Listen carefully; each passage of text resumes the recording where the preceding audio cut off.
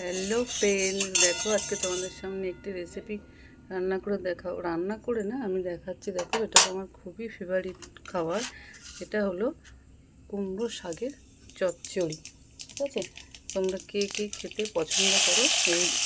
এবার আমি কড়াইটা বসিয়ে দিলাম, দেওয়ার পর একটু কালো জিরে, একটু রসুন ফোড়ন দিয়ে দিলাম। ঠিক আছে, রসুন কালো জিরে ফোড়ন দেওয়ার পর এবার দিয়ে দেবো তোমার কুমড়ো শাকটা।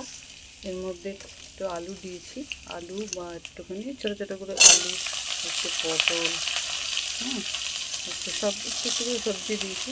দিয়ে এটা বসিয়ে দিলাম। ঠিক আছে, এটা আমার খুবই মানে ফেভারিট খাবার। এটা আমার কুমড়োর ডাঁটা চচ্চড়িটা। ঠিক আছে, তোমাদের কার কার এটা পছন্দের খাবার?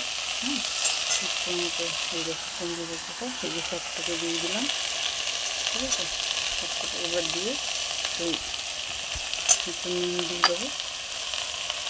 নুন দেওয়ার পর একটু সামান্য একটু হলুদ, নুন দিয়ে দিলাম,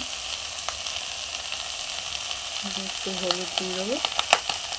দেওয়ার পরে এবার একটু হলুদ দিয়ে দিলাম অল্প পরিমাণ।